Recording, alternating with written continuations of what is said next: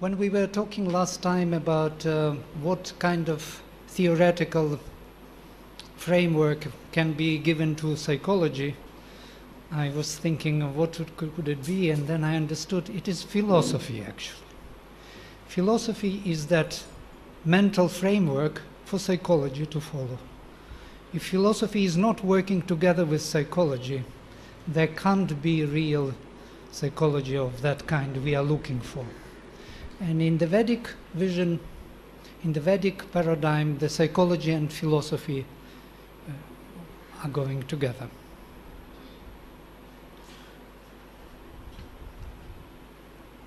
So today I will introduce directly, immediately, without long introduction, the very thing. And it is interesting to say, before I start my presentation,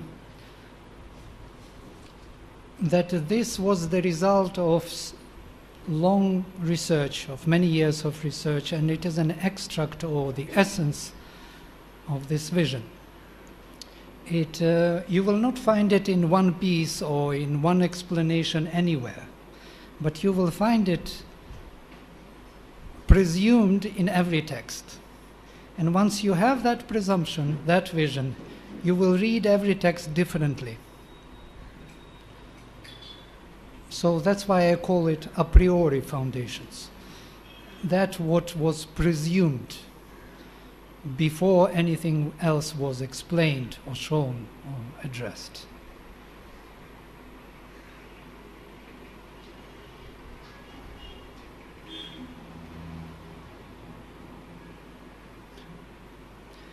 So Sri Aurobindo says on the Veda, Veda is the earliest gospel we have of man's immortality.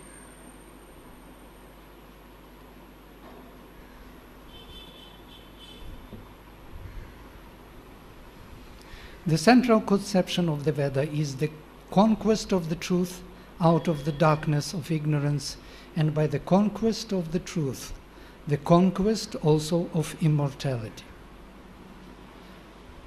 Just look at these words, conquest of the truth and conquest of immortality.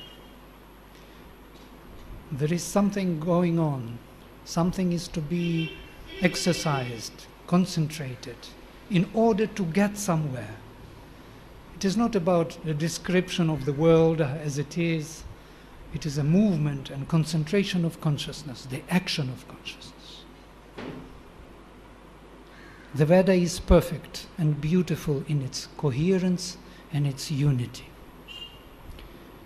It's also an important sentence because many scholars thought that Veda is not coherent and meaningless in many parts and cannot be explained and so on and so forth.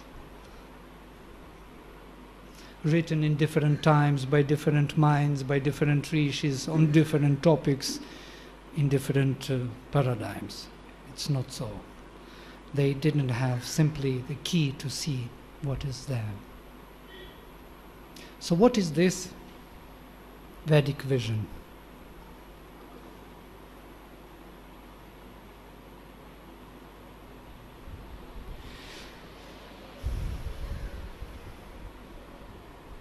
Now, before I start this, I want to say a few things, that there are many myths in the Veda which are describing the beginning of creation from different angles and stages, so to say, and that is confusing when you are coming to this knowledge. Some of them start with a description of the Supreme Person, Atman, or Self. Others with impersonal Self or Spirit, Brahman.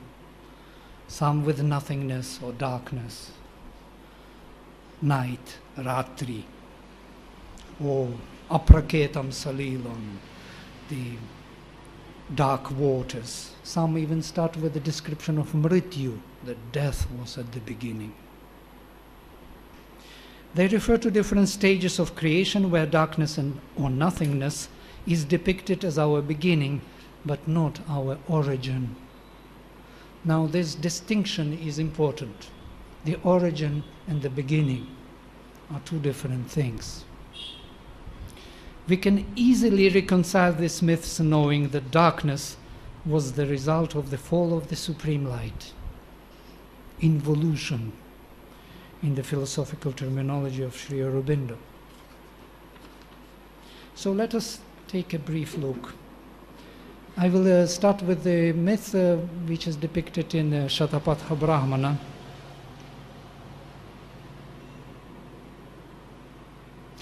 The beginning. At the beginning was the self, Atman.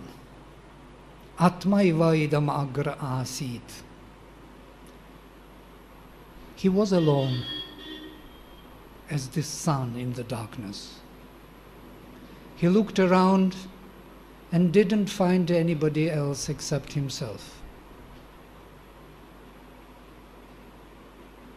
He said, I am. But there was no other name to say, for he was alone. He was not happy. He wanted another.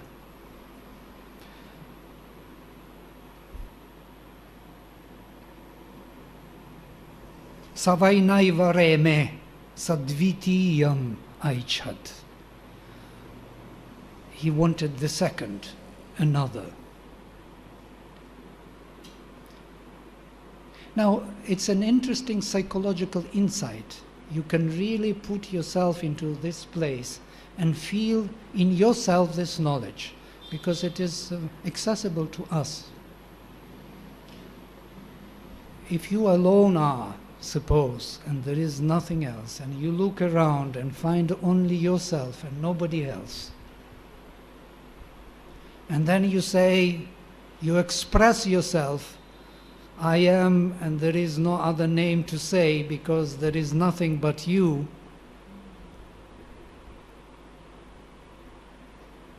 But the very interesting thing that he looked around and didn't find anybody else. Where around he could look? Within himself he looked, and he didn't find anybody else. By the way, I skipped the whole passage on fear there because it's an interesting passage, maybe psychologically very profound and important, that once he looked around and didn't find anybody except himself, he got fear. And Shatapatha Brahmana says, indeed, the one who is alone is afraid. But then he thought, whom I am afraid of if I alone am? And fear vanished. And Shatapatha Brahmana says, it is indeed that fear comes from another. Now think about this. Fear comes from another. It doesn't come from yourself. So when he looked with the mind looking for the other, the fear already was there as a driving force, as a difference between him and somebody else. Anticipation of another brings already this fundamental feeling or state of being, fear. By the way, if you look into the etymological meaning of this word bhi, bhayam, it is very interesting. It has some other connotation that we cannot see in our language. If we take bha, bhi, bhu, bhri, the whole list of roots, you will see that bha is appearance of being, and bhi is that appearance of being shrinking. When being is shrinking, when there is a gap or there is anticipation of other being, there is a line crossing, or so to say, separation of the being from some otherness, then this sense of shrinking or fear comes in. Etymologically, it's quite interesting. And then bhu is becoming and bhri is bearing. Yes? You can see all the four meanings which Sri Aurobindo gives to the vowels of a, I, u, ri. Sampath will address this issue in detail, so you will look into that. Bhri. Bear. Bear or carry. I cannot speak it now on this language, but if you want, we will have the whole session on it separately. So the one who wanted another, he was not happy.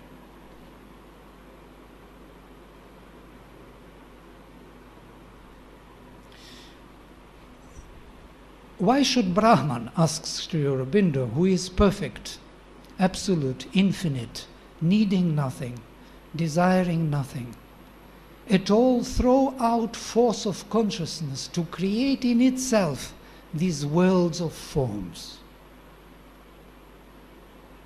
Why should perfect and absolute, infinite, which needs nothing, should do that? It's a big question.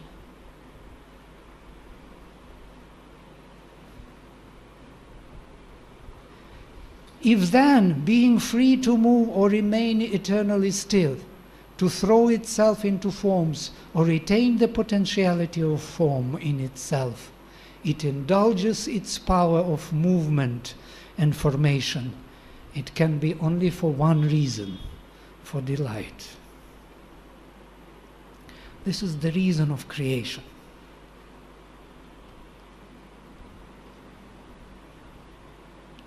Can you?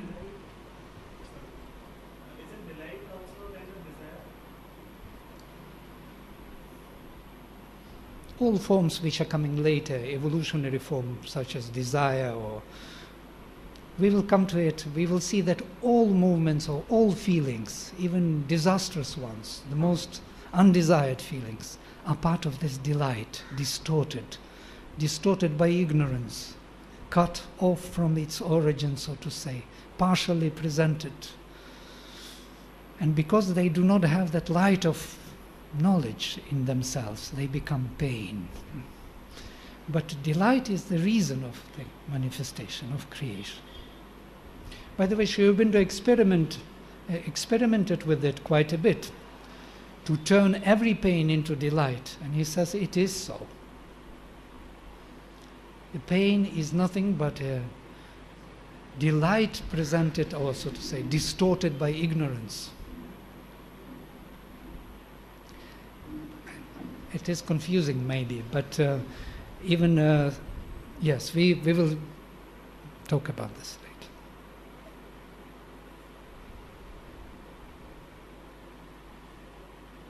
The Supreme, says the Mother, decided to exteriorize himself, objectivize himself in order to have the joy of knowing himself in detail, to be able to see himself. Now, if you alone are and there is nobody else, you objectively cannot see yourself. You are the subject, and in order to see yourself, you need a manifestation, to know yourself in detail. Again, to have a joy, yeah? This delight to know in detail. The first thing in himself which he exteriorized, so to say, was the knowledge of the world and the power to create it. Chit tapas, chit shakti, consciousness or knowledge, and power which will manifest it, do it. Double aspect of consciousness. This knowledge, consciousness and force began its work, and in the Supreme Will there was a plan, and the first principle of this plan was the expression of both the essential joy and the essential freedom, which seemed to be the most interesting feature of this creation. It seems that Mother refers to some other creations where there could be some other features. But of this creation, the most interesting feature and the most important is essential joy and the essential freedom. These are the fundamentals. By the way, if you really think about them deeper, they will change your perception on things. You will see everywhere this driving force, this meaning of essential joy and essential freedom.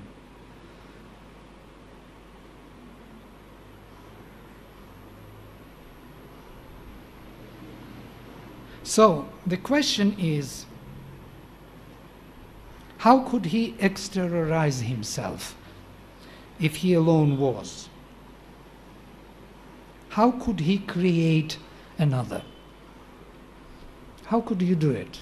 Suppose you alone are. Just think, feel. Go deep within. You alone are. There is nobody else. There are no other people. There are no other creatures. There are no other beings, no other planes of being. Only you alone there. How can you really create another? How can you exteriorize yourself? Where would you do it if you alone are? Everywhere, only you. Imagination, one thing. Actually, people think so, and many religions think so, that it is only an imagination. You just imagine things, they are not real. Energy, so energy is you, everywhere only energy. How could that be some other energy than his? How? He has to? He has to split. He has to be not only alone there, but something else should be there, which is not him. Is it possible? If he alone is. Why I'm asking this question? Because this is the most fundamental question. If you really find within yourself the answer of some kind, that would answer all other questions. Create an opposite. What does it mean? But it means darkness. Thank you. Huh? The mind. Mind, yes, is the result of that thing. So, yes.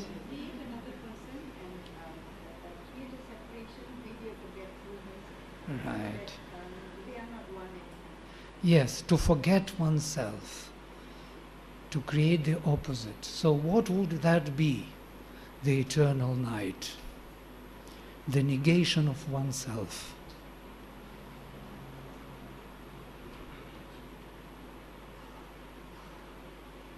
Negation is just forgetting oneself, nothing else. This word forgetting is good. Why did he create the night? Why not another light? Why not another light? It's a question. Another light is him, his light. So for another light to come, the night is essential, it seems. If another light is to be there, then there has to be a separation from that light, so to say, for another light to arrive at. No?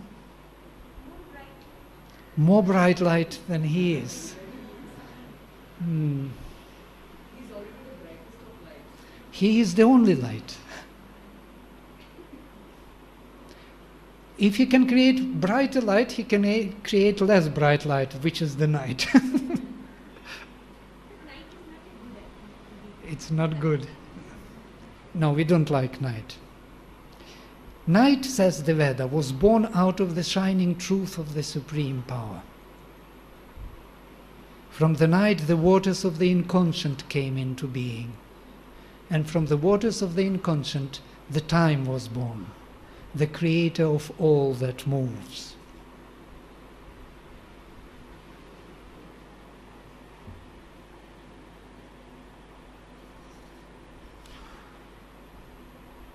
The interesting also here passage when Mother was asked by one sadhak about the need of this manifestation. She says that actually the Supreme already possesses himself in his supreme identity.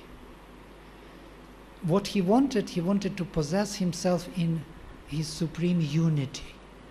And that is the meaning of the creation. Unity, that means you can unite with your other aspects, and through that union you can experience yourself anew. Because supreme identity was not enough for him. It's a very interesting psychological explanation. If the supreme unity is important, then every time someone goes into nirvana or liberation or complete dissociation is such that that is the ultimate for the divine, so that is the supreme unity.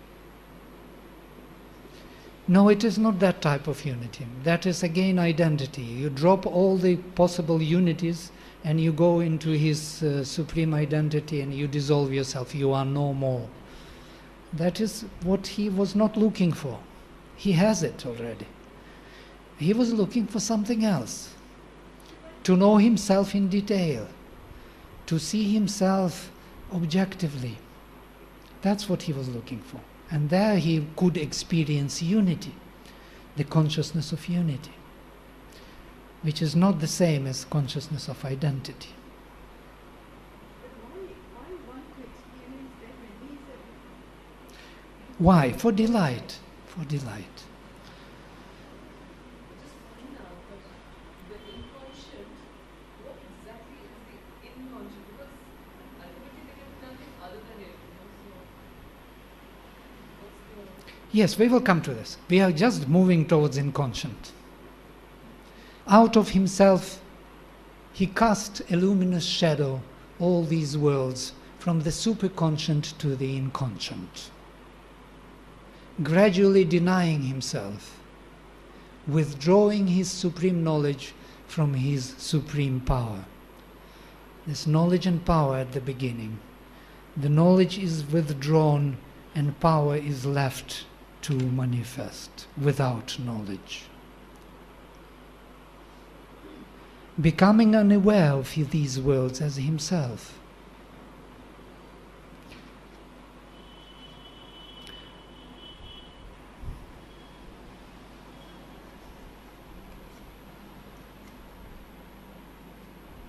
Of course, when we speak about out of himself, yes?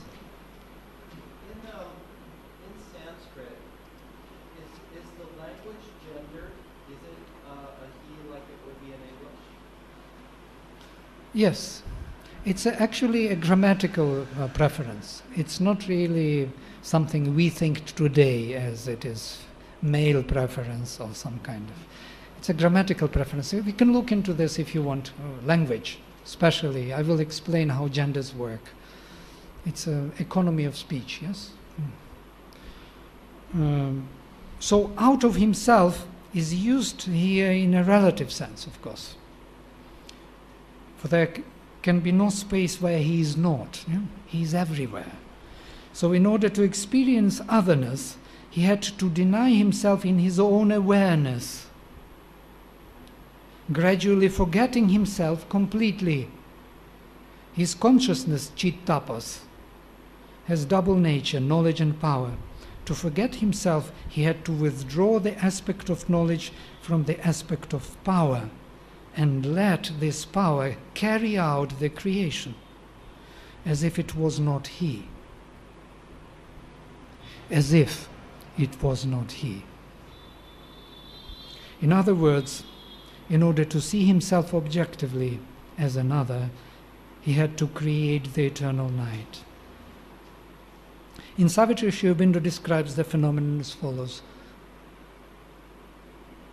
In the enigma of the darkened vasts, in the passion and self-loss of the infinite, a contradiction founds the base of life.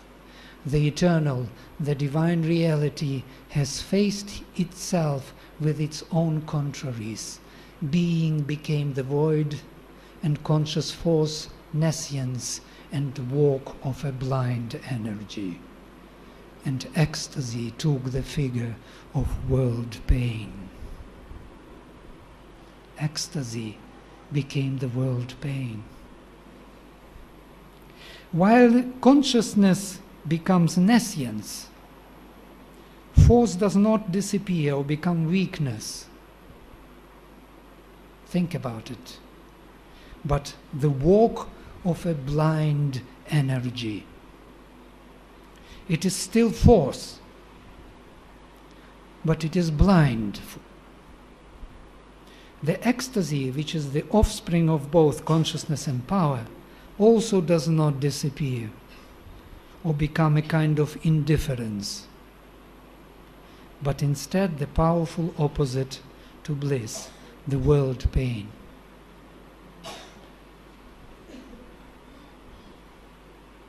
These are the fundamentals. If you think them, rethink them, I think about them all my life, and it is just the beginning of thinking, always.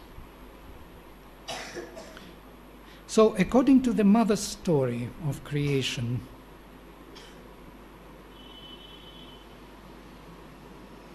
which she told to the children of the ashram, in the beginning, 4 divine beings were emanated from the Supreme, which are called, or these 4 beings, this is the picture, which are called consciousness in light, bliss, truth, and life. It's just, I'm telling the same thing a little bit different, and you will see later that it all corresponds to the one vision. After deciding to be independent, because the freedom is essential for this creation, they fell into their opposites. Light turned into a complete darkness. Bliss turned into suffering.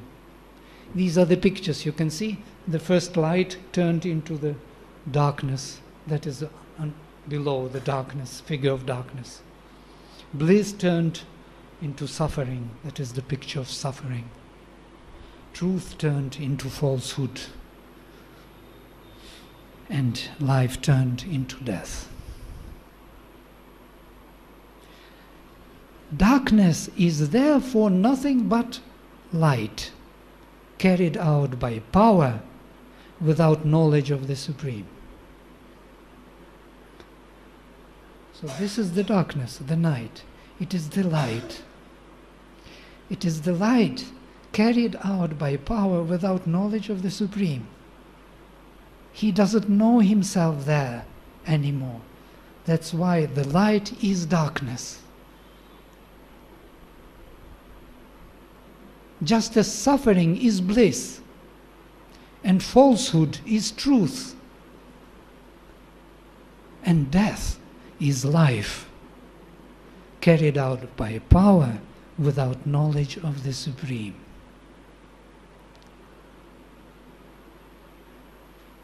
In the verse Asatoma, Satgamaya, they have the 3 of them. They have falsehood, light, and life.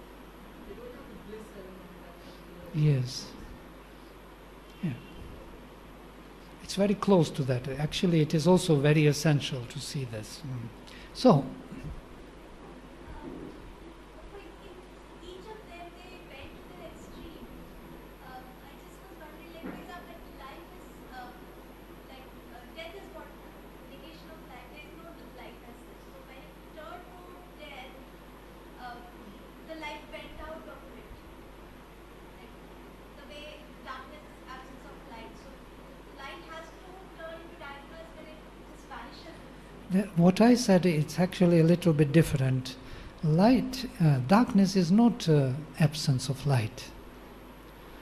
Darkness is light carried out by power without knowledge of the Supreme. So it's a bit different. Power is present. Power of light is present in the darkness. But there is no knowledge, there is no consciousness. So when consciousness is absent, then life becomes death. But it is life, in its power. It's very interesting because if you study Savitri, you will see in the dialogue of life and love and death, you will see clearly there that death is turned to be that supreme life at the end. And the voice comes already not from the death, but from some supreme Godhead. So it's only representative of that supreme without himself knowing himself. He lost his self-awareness for the sake of, again, manifesting himself in detail to become another.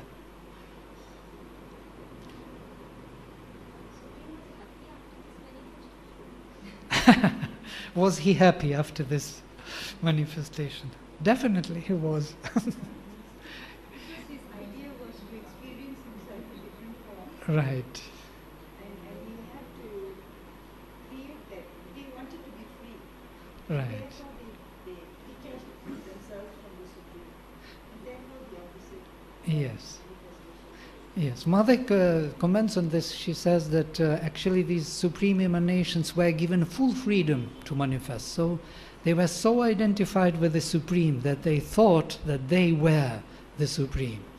And in that separation from other elements or other powers of the Supreme, they gradually fell into their opposites. Was this intended by the Supreme? This is another question. Was it intended by him? In the divine utility, most probably everything is foreseen, most probably. But as the Veda says in the Nasadiya Sukta, when it is said that who knows about this creation, where it comes from? Gods came later. Only he knows, Adhyaksha, who is on the highest heaven. Only he can say about it. But maybe even he doesn't know. So in a way, he doesn't know in that level where he is denied, or he is, because he is not there, so to say, with his awareness. In the darkest night, in the supreme inconscient, he is not aware of himself. But it is still him. It is his power without his awareness.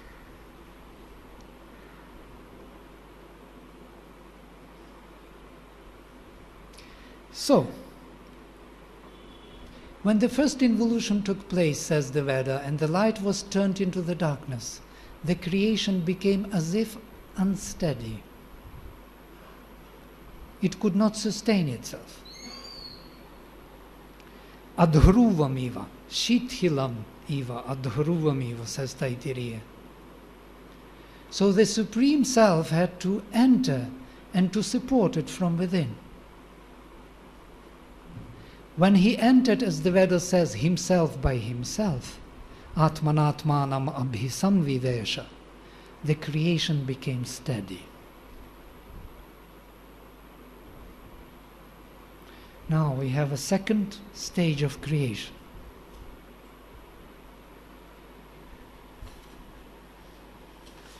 There are comparable lines in Savitri also. And these lines are very interesting. When all was plunged in the negating void, non-being's night could never have been saved if being had not plunged into the dark. Now, what is interesting here, the question is why this non-being's night should be saved. Could never have been saved. It implies that it should be saved. Non-being's night should be saved, and it would never would be saved if that being would not plunge into the dark.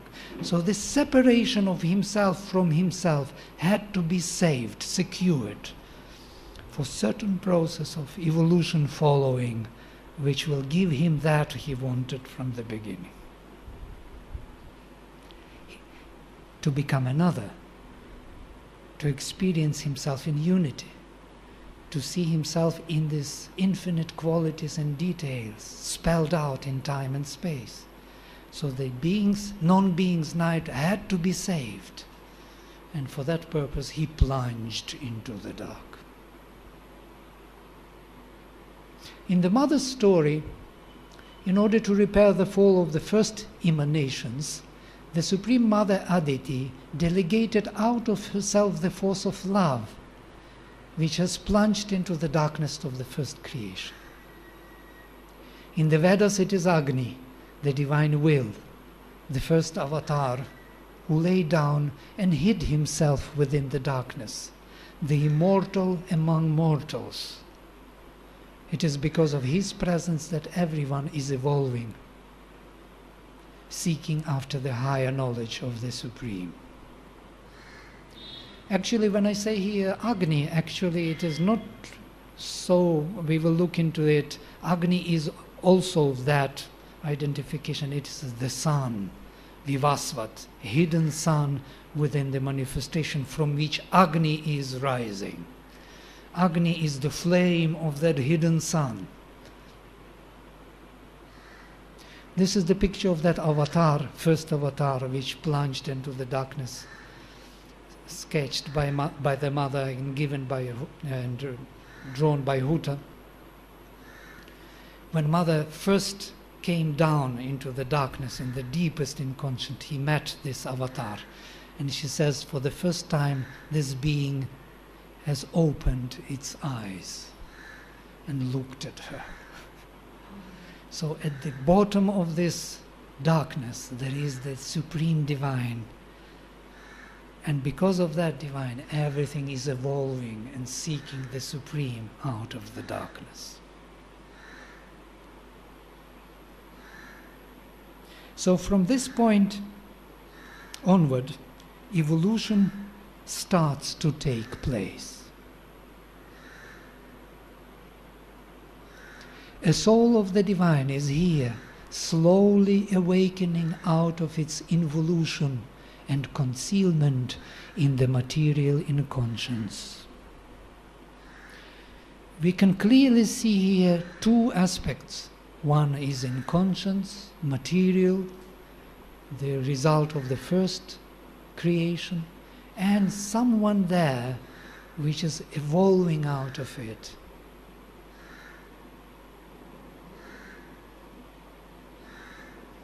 So actually, there were two creations, two involutions, before evolution could take place. First, out of himself he created the worlds, as Aitareya says, and then he entered them, plunging into the darkness and laying down at the bottom of the inconscient.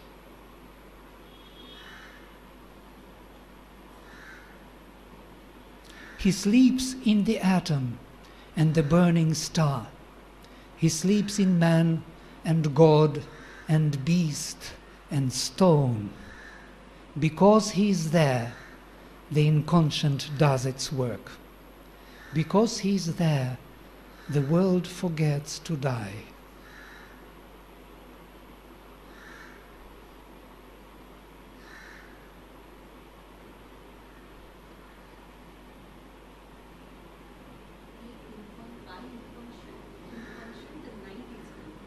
Yes.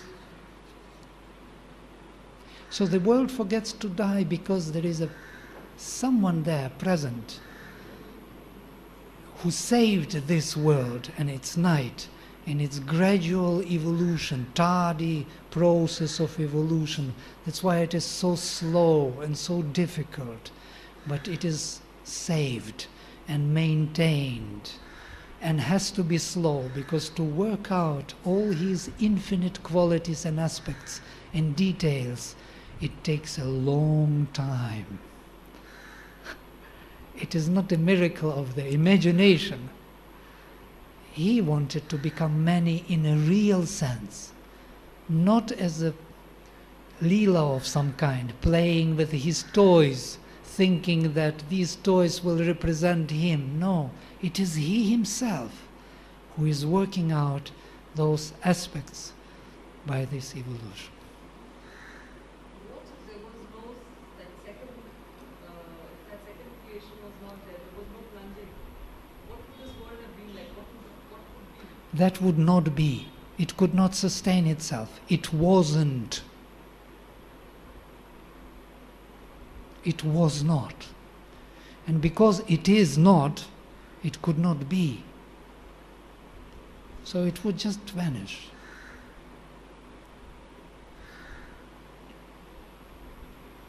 Can you imagine he who is not? That is it.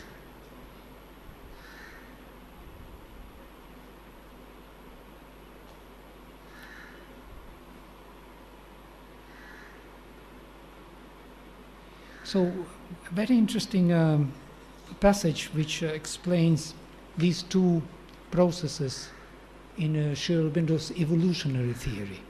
He says this terrestrial evolutionary working of nature has a double process.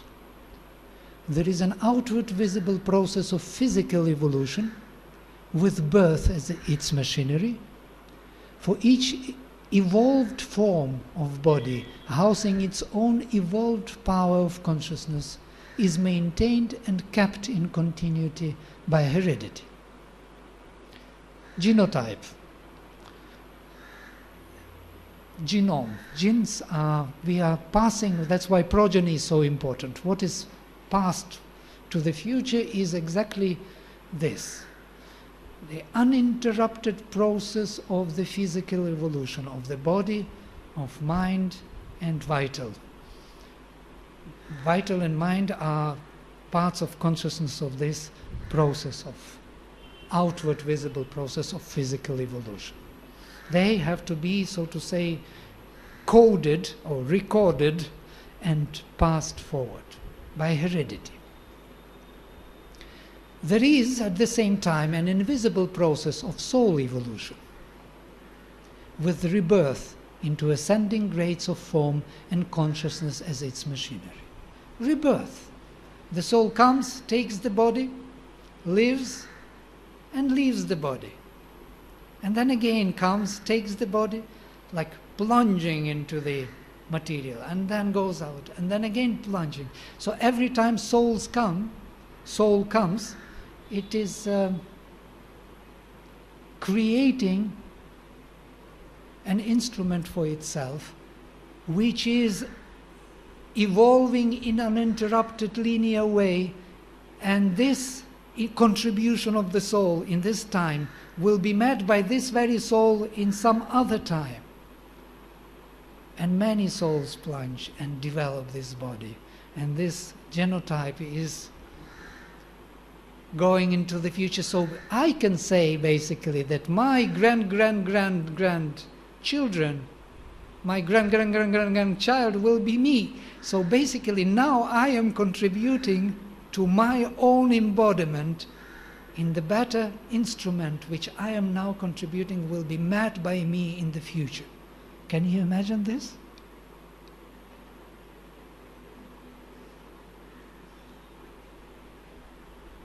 Is it too complicated?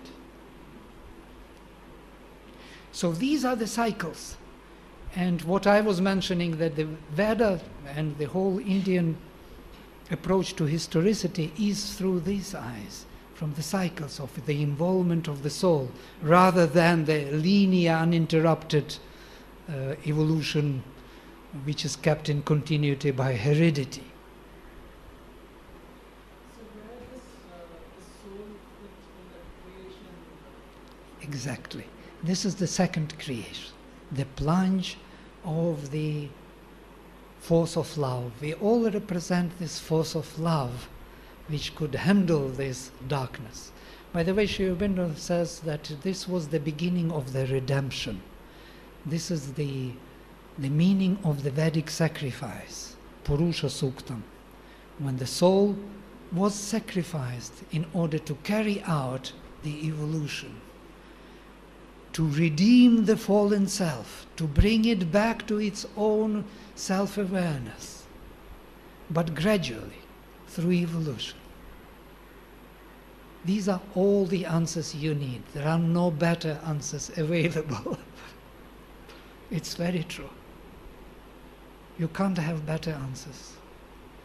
And if you look at ourselves, we have innermost being, which is aware of itself, and outer being, which is less and less aware of itself. There are grades of awareness. We are constituted of two different creations. We have in ourselves the darkness, the power which is not aware of itself, of its supreme self. And we have within ourselves someone who is totally aware of itself, and all the grades in between. This is the complexity of our being.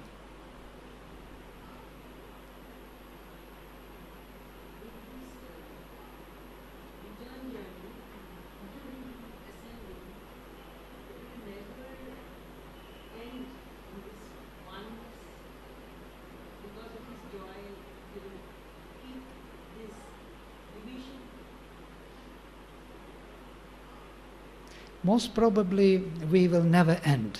I agree with you. And Sri Aurobindo says also this way, he says, there will be an evolution from light to greater light.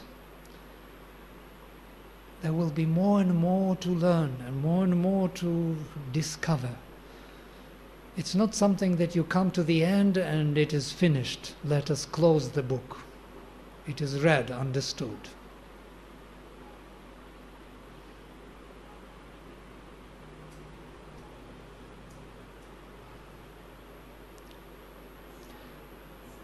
Now, in more philosophical terms, maybe it is also important to show you this double creation. Brahman, says Sri Aurobindo, has projected in itself this luminous shadow of itself and has in the act begun to envisage itself and consider its essentialities in the light of attributes. This is the same explanation only in the philosophical language. Details. He who is existence, consciousness, bliss, envisages himself as existent, conscious, blissful. So there is the element of self. From that moment, phenomenal manifestation becomes inevitable. The unqualified chooses to regard himself as qualified.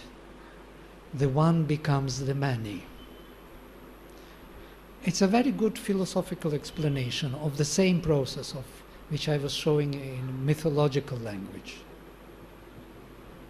So Brahman, these are the levels of Brahman.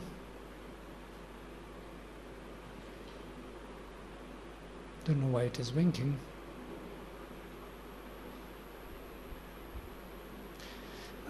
So we have Sat, Chit, Ananda, Vijnana, Manas, Prana, and Anna. 7 levels, yes? Transcendental Sat, Chit, Ananda. Vijnana, supermind, is a link between the transcendental and this world, and the reflection of that transcendental in the mind, life, and matter. We have also Atman, self, Sat Purusha, Chaitanya Purusha, Anandamaya Purusha, Vijnanamaya Purusha, Manomaya Purusha, Pranamaya Purusha, Annamaya Purusha. So Atman in the form of Purusha, Purusha Vidha, as Taittiriya says, inhabits the levels of being and consciousness, of Brahman.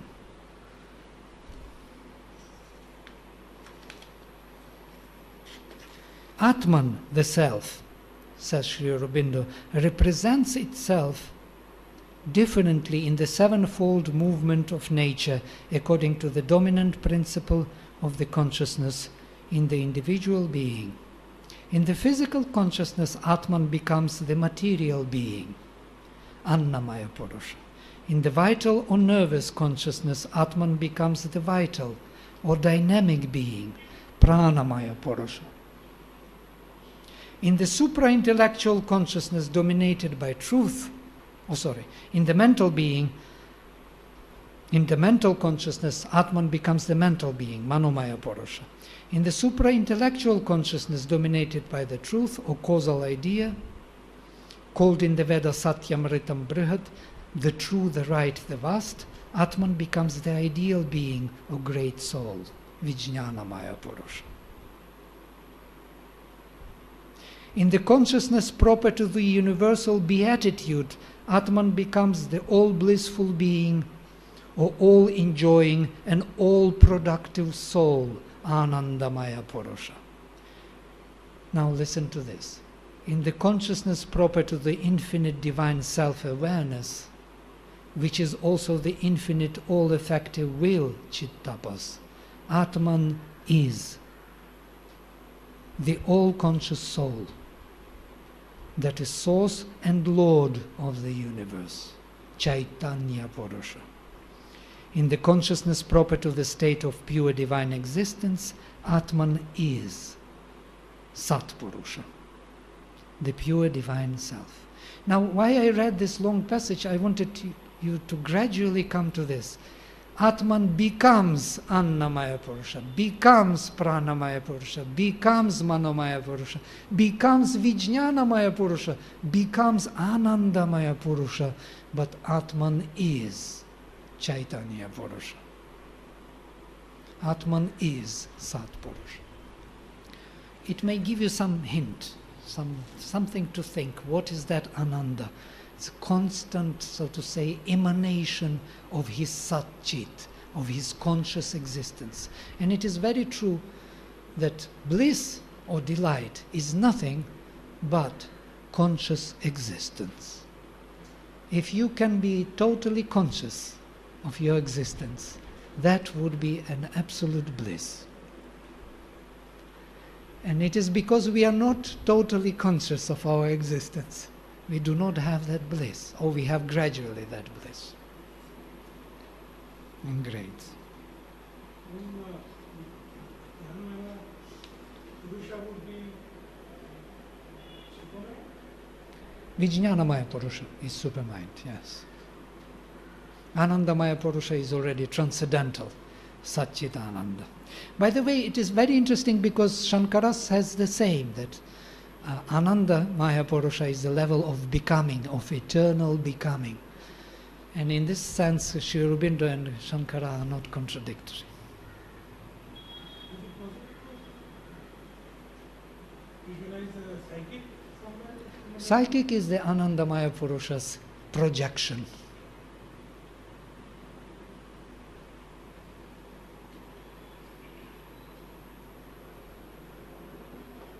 These are the levels drawn by Huta from the sketch of the mother with explanation. My mother says there is a supreme and then there is unmanifest. Then there is Sat, Chit, Ananda. You see the colors. Pure white, pure silver, pure pink. It's not very clear here. Then supermind, pure golden color. And then there are overmental, intuitive mind, the grades from the supermind down to the mind, illumined mind, higher mind, mind, vital, physical, and inconscient. So it's a sketch, of course. Many grades are not given, but for you just to see the colors. So the supreme is somewhere beyond its manifest and unmanifest aspect. There is someone always there, transcendental to the transcendental. That concept of Purushottama, who is transcendental and this world at the same time, and someone who is more than both of them. This is the greatest contribution of Indian psychology and philosophy to the world, of knowledge of that transcendental to the transcendental Purushottama.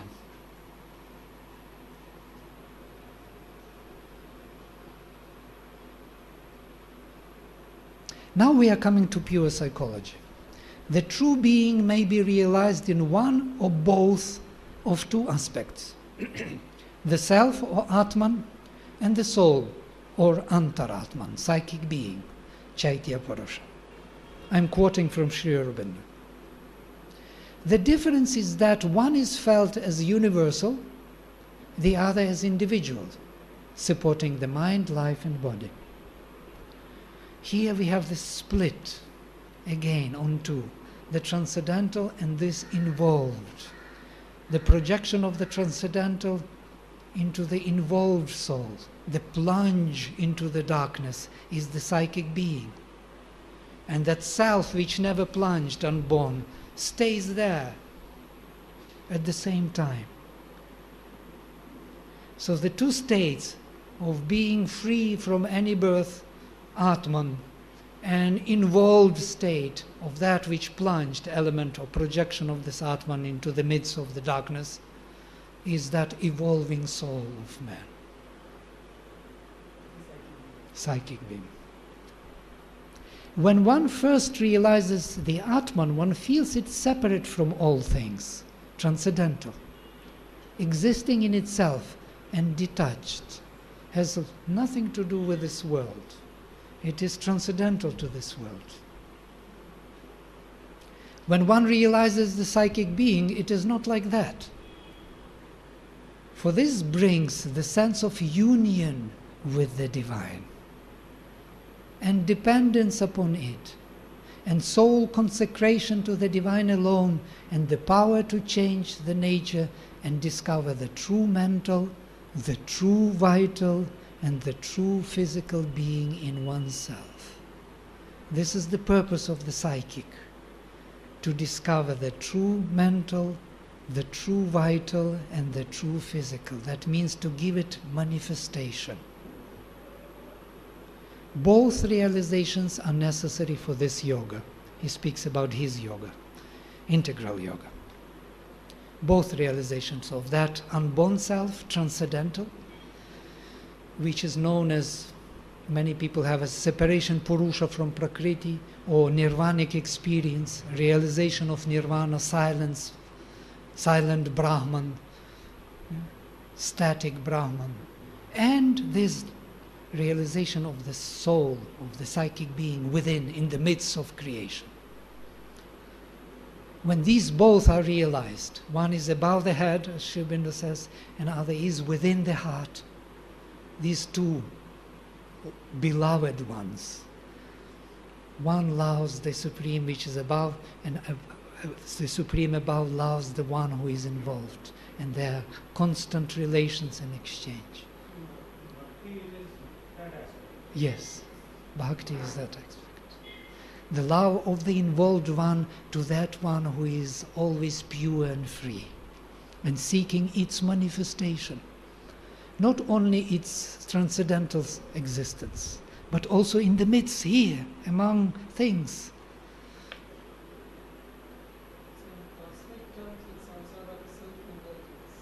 In a way, one can explain it with our mind in many ways. A new creation.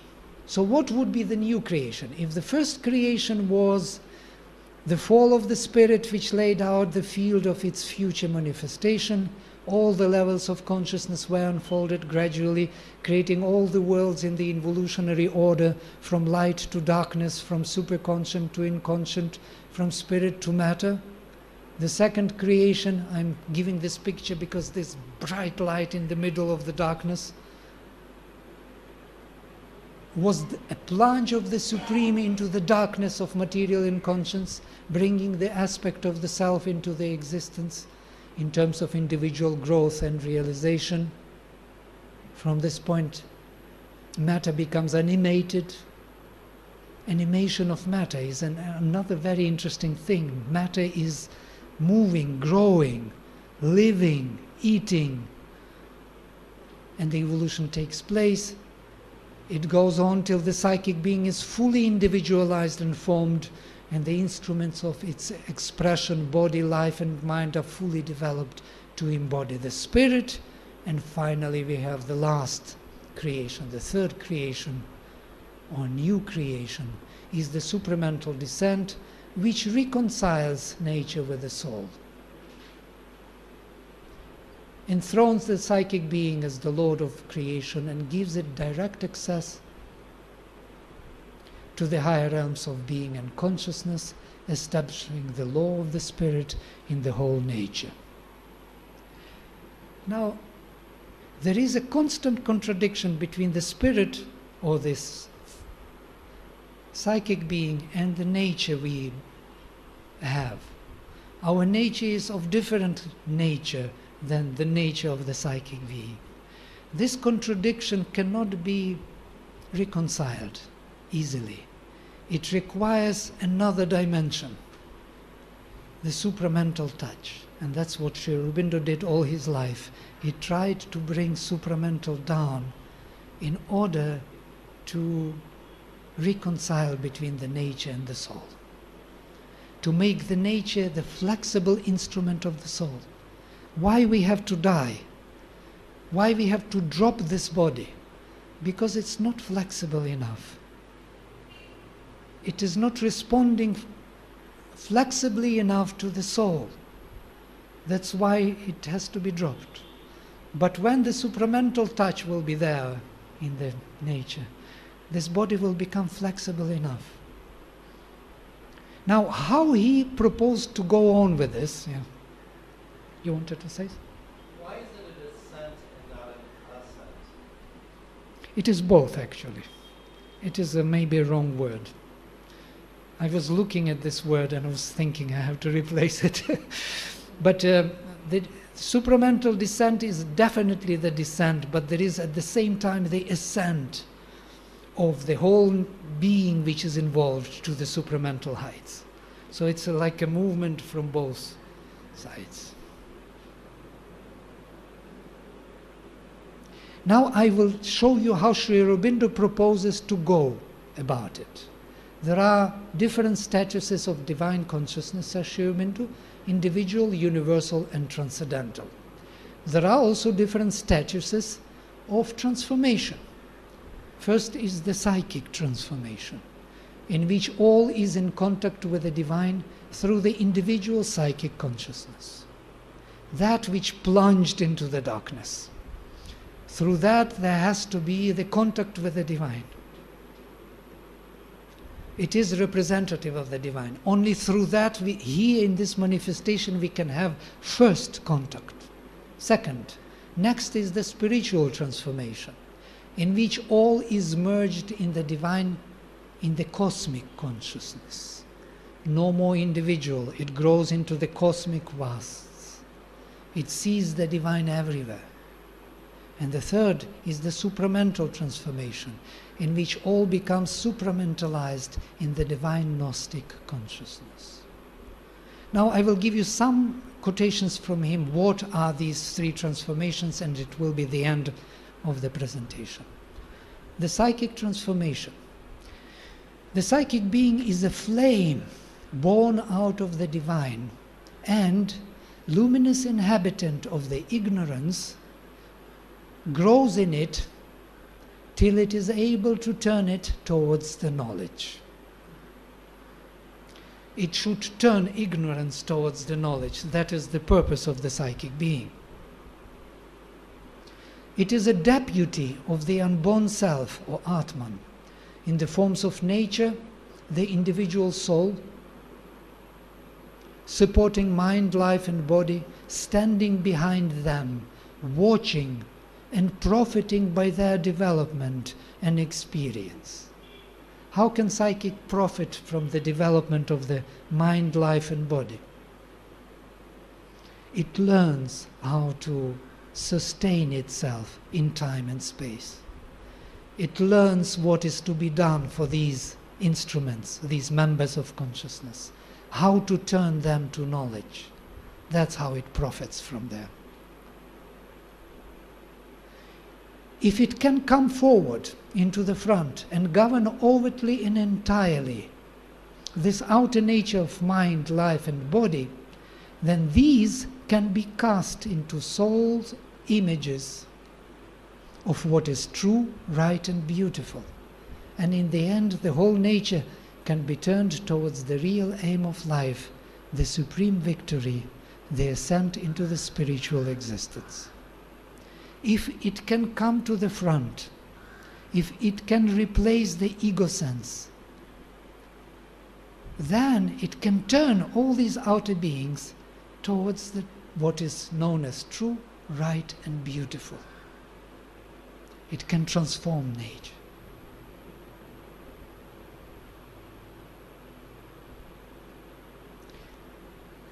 The spiritual transformation, look at this. The psychic being, there is no other being. Again, the psychic being can, by spiritual influx, enlarge itself and embrace the whole world. In an intimate communion or oneness. That's that oneness he wanted to experience. That is the answer. What kind of unity he wanted to have. Or it may become aware of its eternal companion and elect to live forever in his presence. That's Krishna and gopis. In an imperishable union and oneness as the eternal lover with the eternal beloved.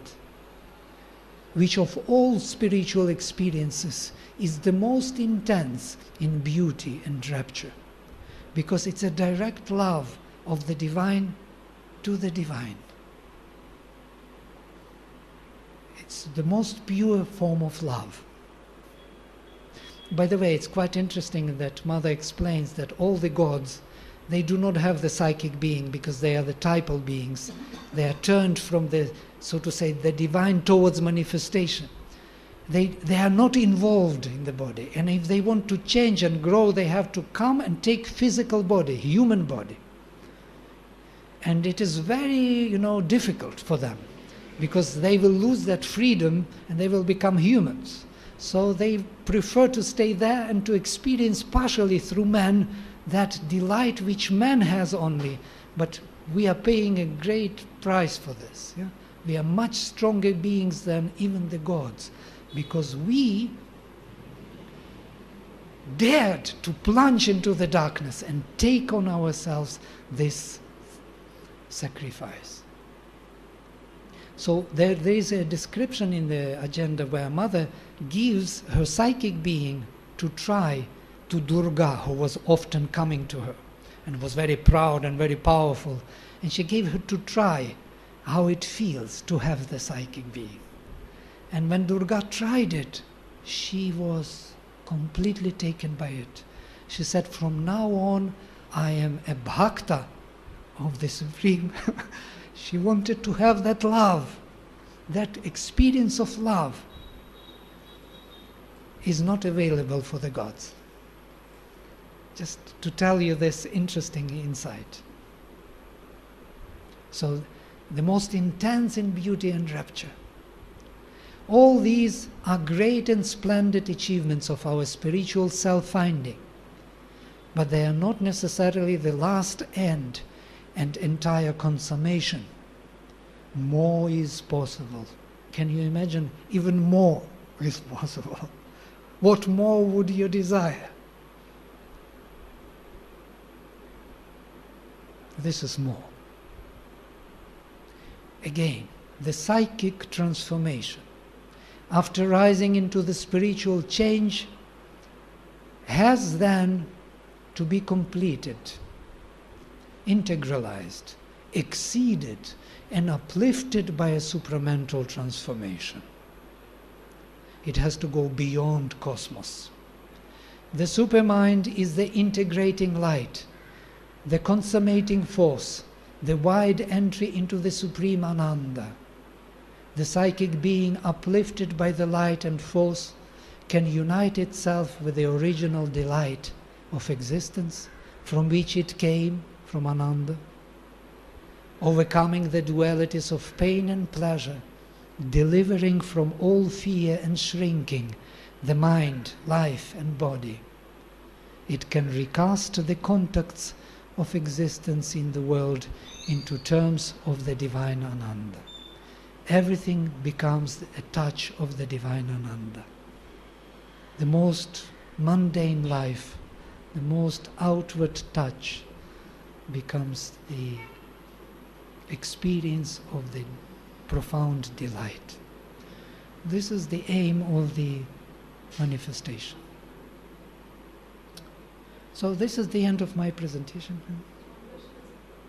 This experience of absolute rapture or profound delight in everything, it would not happen if there is a psychic rapture, if there is a spiritual transformation. If there is no supramental transformation, it stays on the level of the cosmic presence of the Narayana everywhere, or Krishna, as Sri Aurobindo experienced it in Alipur jail. He saw in every being, in every creature, in everything, the presence of that universal divine. But it is not transforming the nature yet. The nature, physical nature, all the beings and creatures in the nature. So that transformation comes with the opening to the supramental transformation. This transformation is happening at an individual level. It is on the individual level, on the first level, psychic transformation. Then it is cosmic. But within the individual, the cosmic transformation within the individual. So Sri Aurobindo saw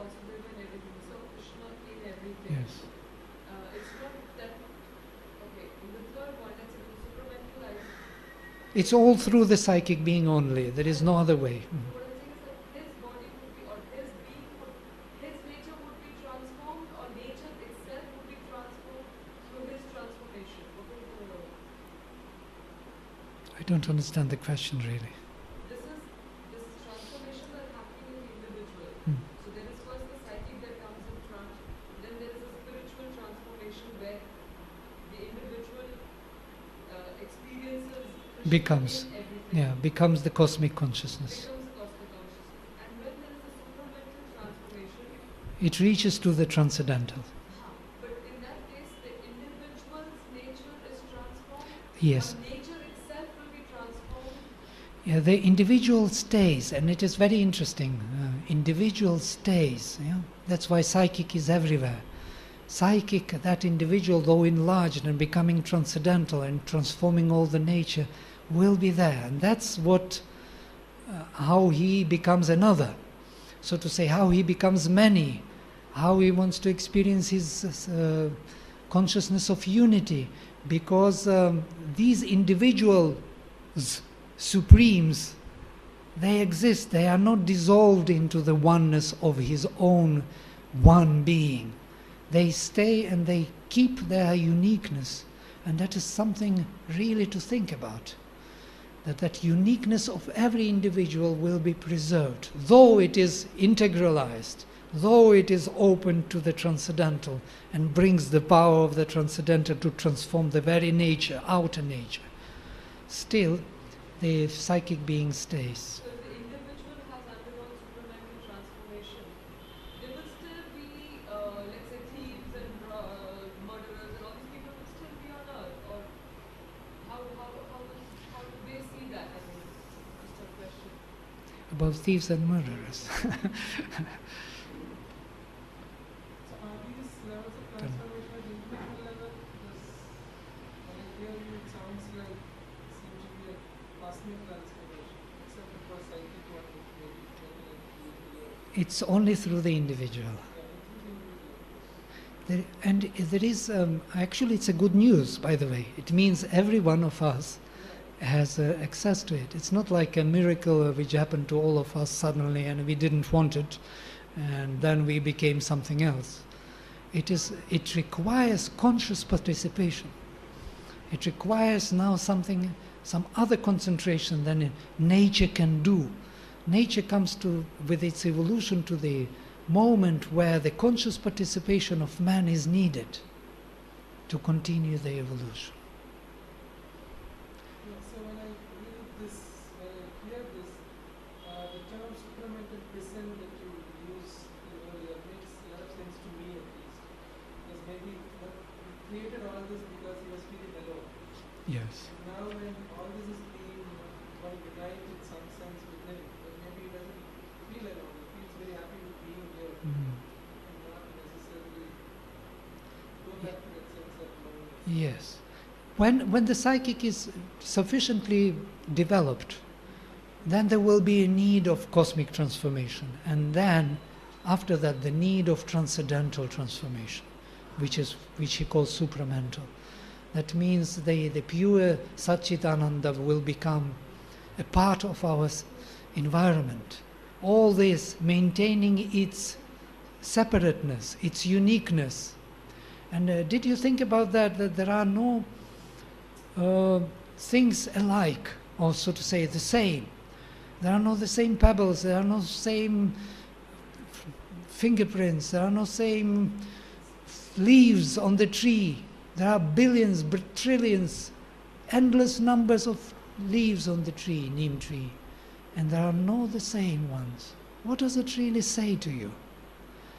His infinite qualities are present here in manifestation, infinite, and they will be always infinite and will never be the same. Just think about this particular thing.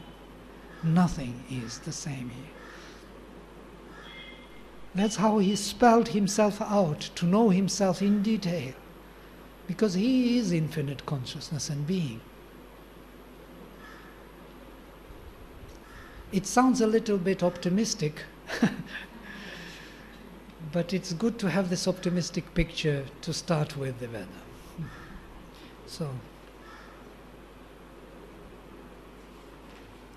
So we end now?